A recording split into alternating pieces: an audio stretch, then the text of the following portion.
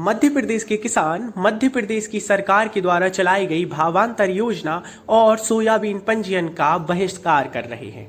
यह तो होना ही था, क्योंकि अलग अलग जिलों में और तहसीलों में, गांवों में किसान इसका विरोध कर रहे थे, जिसकी आवाज शायद सरकार ने नहीं सुनी।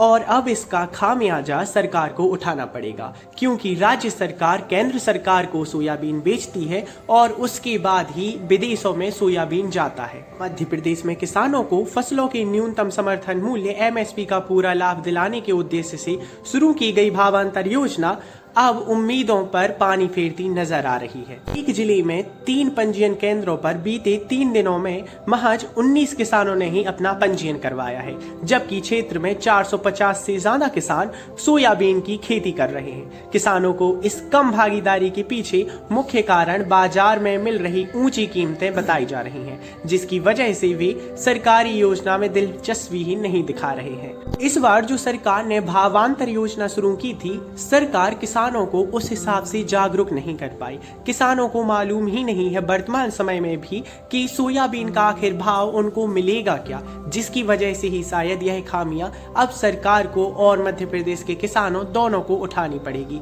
आपकी क्या राय है, कमेंट में जरूर बताएं।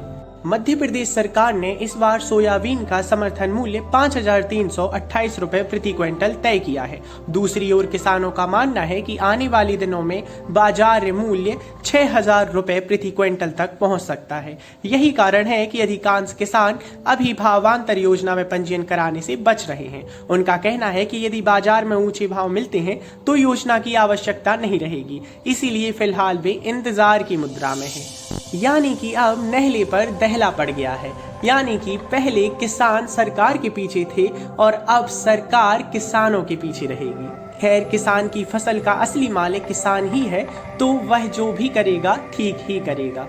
और मैं जैसे कि आप लोगों से बोलता हूं कि आवाज उठाइए अपने हक के लिए, तो कहीं ना कहीं यह भी आवाज उठाना ही हुआ।